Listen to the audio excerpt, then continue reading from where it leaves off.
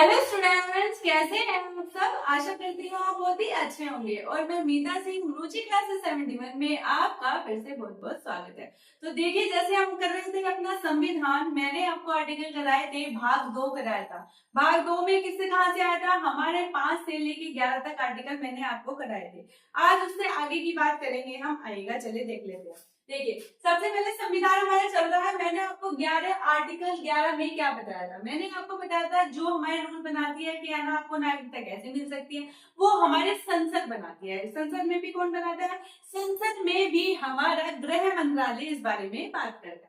तो देखिए, यहाँ पर मैंने आपको बताया था नागरिकता ठीक है आप ले सकते हैं, इसके लिए क्या है, हमारे दिए गए अधिकारों का प्रयोग करते हुए संसद ने भारतीय नागरिकता अधिनियम 1955, भारतीय नागरिकता अधिनियम 1955 या फिर इंडियन सिटीजनशिप एक्ट 1955 के तहत इसका निर्माण किया गया है। यानी कि इसमें आपको बताया है कि आप नागरिकता किस प्रकार से ले सकते हैं, इसके बारे में यहाँ पर बात की गई है। क्योंकि हमारे यहाँ पर संसद ये बात करती है, आपको पता है कि आप नागरिकता कैसे ले सकते हैं, ये बात आर्टिकल 11 में दी गई है। मैंने आपको 5 से लेकर 10 तक जो आर्टिकल बताए थे, वो आर्टिकल तब ज्यादा मायने रखते थे जब हमारा संविधान लागू हुआ था, यानी कि 26 जनवरी 1950 तक। अब उसको इतना कोई वैल्यू नहीं है। उसको मेन चीज आप यहाँ से देखिएगा कि नागरिकता यहाँ पर आर्टिकल 11 के तहत कैसे कैसे आप ले सकते हैं, भारतीय नागरिकता अधिनियम 1955, इसे याद रखिएगा, इससे क्वेश्चन हमारे बनते हैं। भारतीय नागरिकता अधिनियम 1955 के तहत आपको भारतीय नागरिकता अधिनियम याद दिया गया है। अब हम बताएंगे, इसमें ये बताया गया है कि आपको नागरिकता यहाँ पर 5 प्रकार से दी जा सकती है। कितने प्रकार से दी जा सकती है, 5 प्रकार से।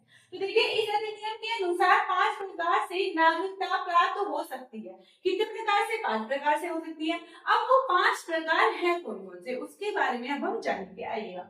देखिए, यहाँ पर है जन्म से। जन्म से कैसे, फर्स्ट नंबर पर आता है जन्म से। जन्म से कैसे, उसके माता पिता, बच्चे के माता पिता यहाँ पर क्या हो, यहाँ पर भारत के नागरिक हो।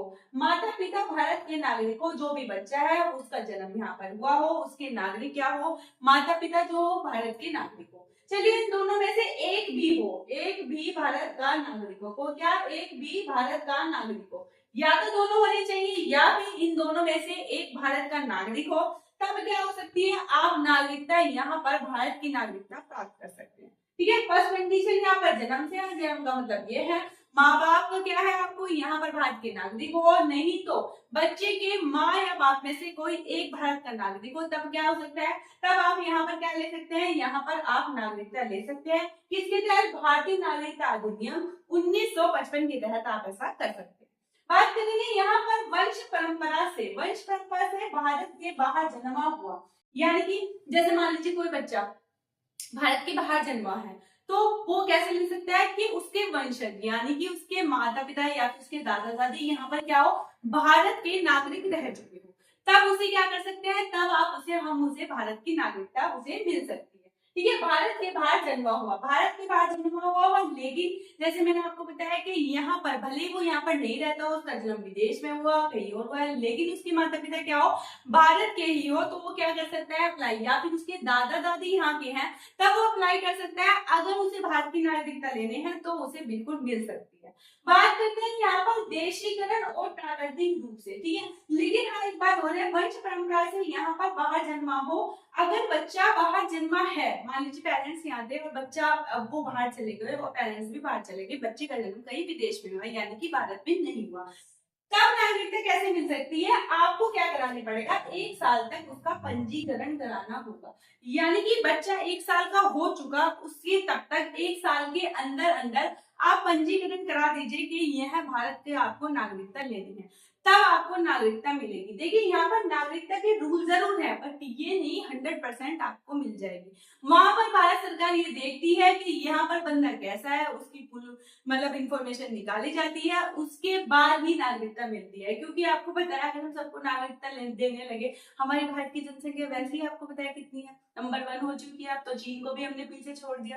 ठीक है, तो यहाँ पर इतना आसान नहीं होता, बट ये अप्लाई कर सकते हैं, इसके बारे में यहाँ पे बताया गया है। फिर सब सारी उसकी जो ये हो जाती है, यहाँ पर अच्छे से जान जाते हैं कि हमें कौन बंदा है क्या है, उसके बाद ही नागरिकता दी जाएगी। नागरिकता लेना इतना भी आसान काम नहीं है और सही भी है। आपको पता है हमारे यहाँ काफी बंदे जिनके नागरिक भी नहीं है वो यहाँ हमारे भारत में रह रहे हैं, इसीलिए यहाँ पर नागरिकता लेना इतना भी आसान नहीं है।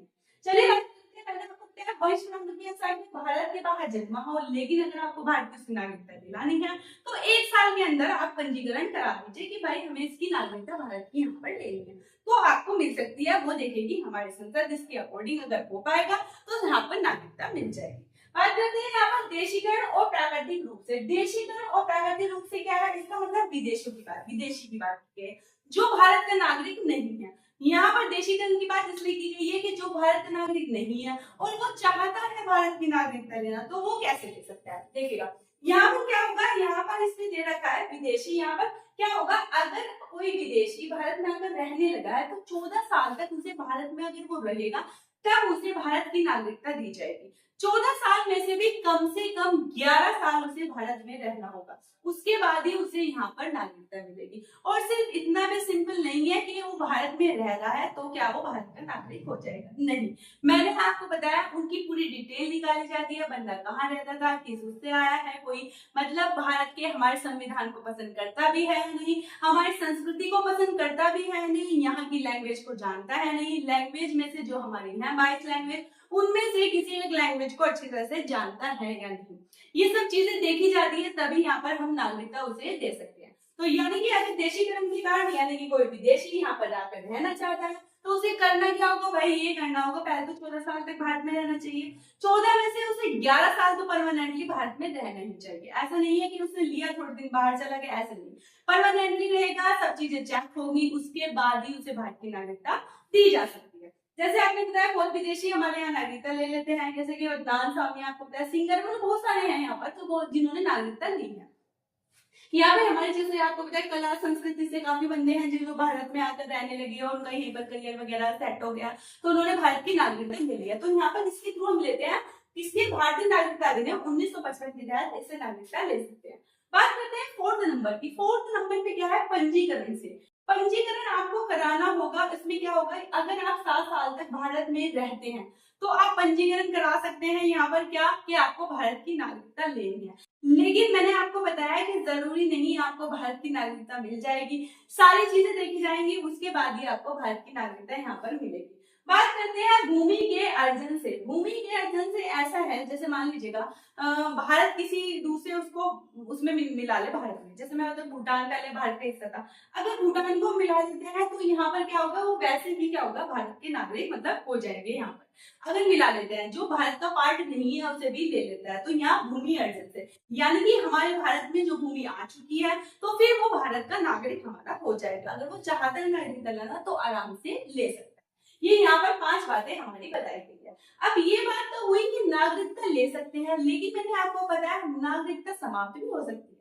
अब समाप्त कैसे होती है देखिए, वो भी भारतीय नागरिकता अधिनियम, किसके द्वारा, भारतीय नागरिकता अधिनियम 1955 के तहत ही आपकी नागरिकता समाप्त भी हो सकती है। कैसे हो सकती है, फर्स्ट नंबर की बात करूं यहाँ पर देखिए, अगर आपसे पूछे आप भारत की नागरिकता ले कैसे सकते हैं तो 5 प्रकार से आप भारत की नागरिकता ले सकते हैं।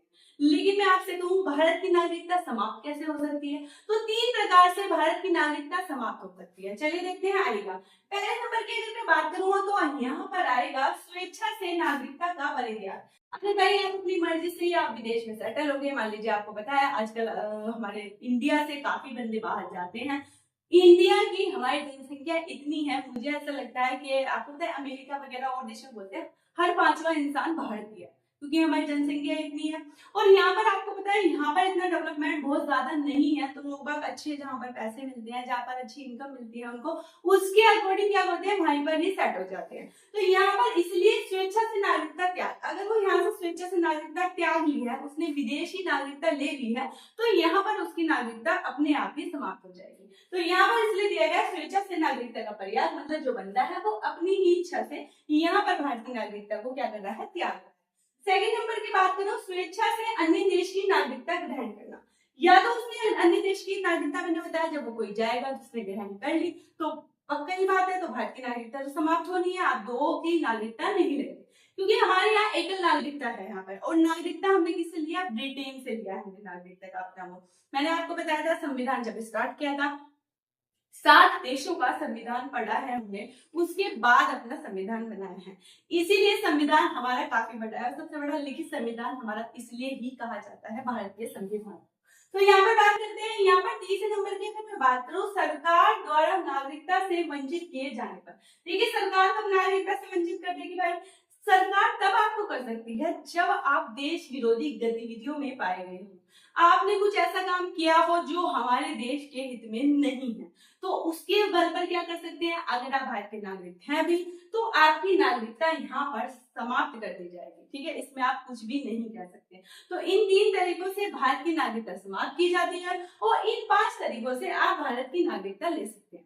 देखिए जैसे मैंने आपको बताया वंश परंपरा के आधार पर भारत के बाहर जन्मा, जैसे आप मान सकते हैं प्रियंका चोपड़ा की बच्ची जो है वो यहाँ पर मालती है, उसका नाम है, तो अगर वो उसने पंजीकरण यहाँ पर किया होगा, कहने का मतलब यहाँ पर अगर 1 साल के अंदर उसका पंजीकरण हो चुका है तो वो भारत की नागरिक बिल्कुल बन सकती है, ठीक है। जैसे आपको पता है सानिया मिर्जा है, सानिया मिर्जा चाहे तो वो अपने बच्चों को यहाँ की नागरिकता दिला दे, चाहे तो वह उसको पाकिस्तान की, क्योंकि उसके पिता जो है वो पाकिस्तान के हैं और यहाँ पर उसकी मम्मी की जो नागरिकता है वो क्या है, वो हमारे भारत की है, तो उनकी चॉइस है, वो उसको वहां की नागरिकता है, यहाँ दोनों जगह उसको नागरिकता मिल सकती है। तो ये था हमारा यहाँ पर भारतीय नागरिकता अधिनियम 1955, इसके तहत हमारी ये नागरिकता बताई गई है कि आप कैसे लग सकते हैं। तो प्लीज बताइएगा आपको वीडियो कैसी लगी, मिलती हूँ मैं आपसे नेक्स्ट वीडियो में। Thank you.